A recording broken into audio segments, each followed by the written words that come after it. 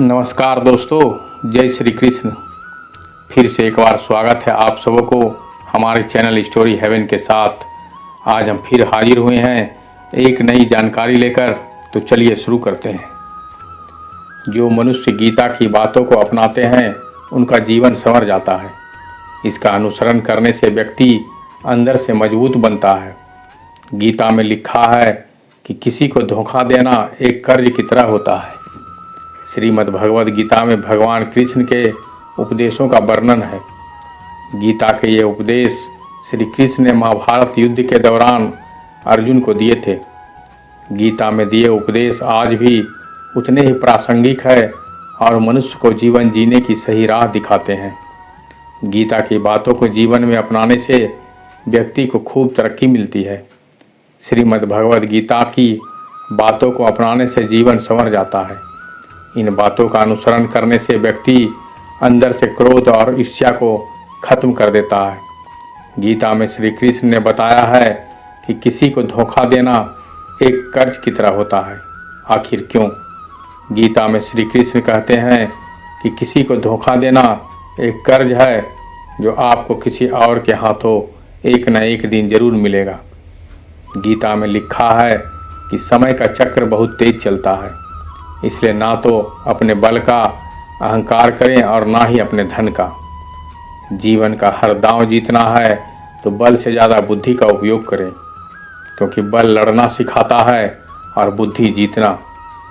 श्रीमद् भगवद गीता में कृष्ण कहते हैं कि यदि किसी काम को करने में डर लगे तो याद रखना यह संकेत है कि आपका काम वाकई में बहादुरी से भरा हुआ है। गीता के अनुसार नेत्र केवल हमें दृष्टि प्रदान करते हैं, परंतु हम कब किस में क्या देखते हैं यह हमारी भावनाओं पर निर्भर करता है। श्री कृष्ण कहते हैं कि मनुष्य के स्वयं को ईश्वर में लीन कर देना चाहिए। ईश्वर के सिवाय मनुष्य का कोई नहीं होता है। इसके साथ ही यह मानकर कर्म करना चाहिए कि वह भी किसी का नहीं है। भोग से मिलने वाला सुख क्षणिक होता है, जबकि त्याग में अस्थायी आनंद मिलता है। श्री कृष्ण कहते हैं कि सत्संग ईश्वर की कृपा से मिलता है, परंतु कुसंगति में भी मनुष्य अपने कर्मों से पड़ता है।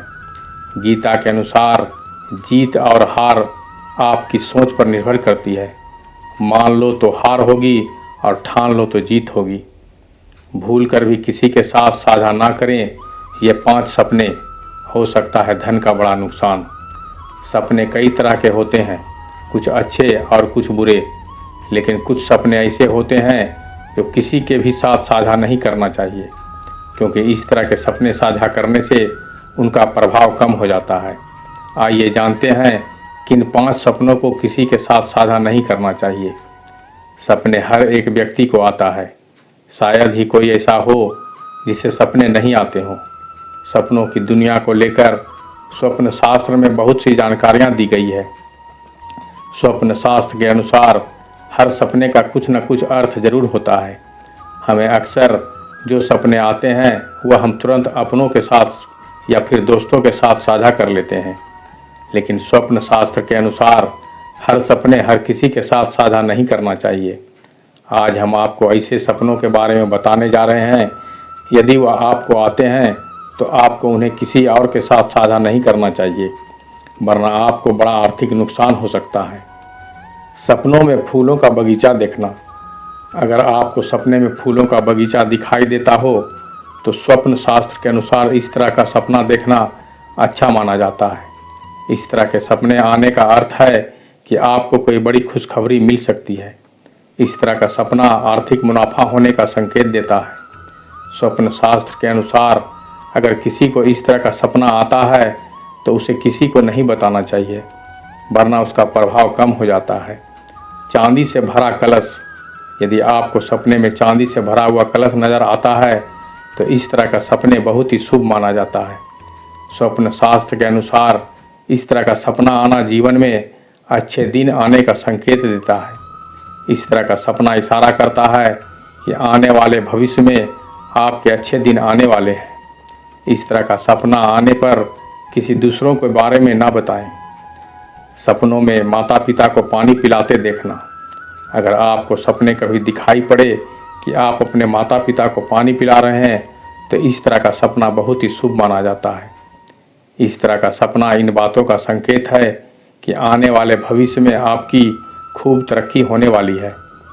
इस तरह के सपनों को भी किसी के साथ साझा ना करें, वरना इसका प्रभाव कम होगा। सपने में दिखाई दे भगवान।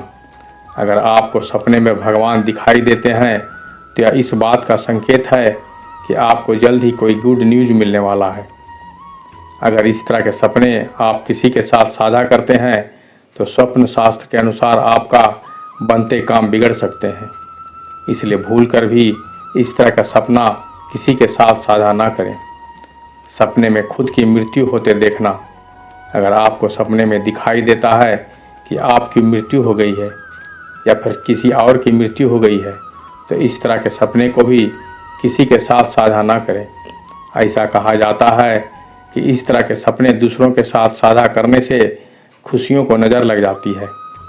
मनुष्य का डर उसे खास संकेत देता है। गीता में श्री कृष्ण ने दिए हैं ये उपदेश।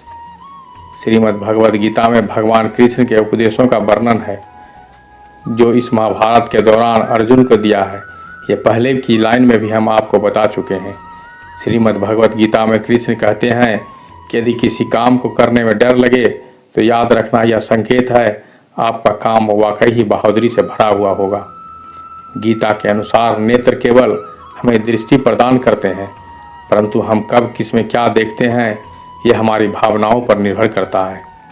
कृष्ण कहते हैं कि मनुष्य को स्वयं को ईश्वर में लीन कर देना चाहिए। ईश्वर के सिवाय मनुष्य को कोई नहीं होता है। इसके साथ यह मानकर कर्म करना चाहिए कि वह भी किसी का नहीं है। भोग से मिलने वाला सुख क्षणिक होता है, जबकि त्याग में अस्थायी आनंद होता है। श्री कृष्ण कहते हैं कि सत्संग ईश्वर की कृपा से मिलता है, परंतु कुसंगति भी मनुष्य अपने कर्मों में पड़ता है। गीता के अनुसार जीत और हार आपकी सोच पर निर्भर करती है। मान लो तो हार होगी और ठान लो तो जीत होगी। तो दोस्तों, यह वीडियो आपको कैसा लगा हमें कमेंट करके ज़रूर बताइएगा। अगर इस वीडियो में कोई त्रुटि हो तो उसे भी बताने की कोशिश कीजिएगा ताकि हम आगे के वीडियो में इसे सुधार सकें। तो मिलते हैं अगले वीडियो में एक और ज्ञान भरी बातों के साथ, ठीक कल संध्या शाम 6 बजे। अगर मेरे स्टोरी हेवन के परिवार से आप जुड़ना चाहते हैं तो मेरे चैनल को सब्सक्राइब कर लीजिए, साथ ही साथ बेल नोटिफिकेशन को ऑन कर लीजिएगा। धन्यवाद।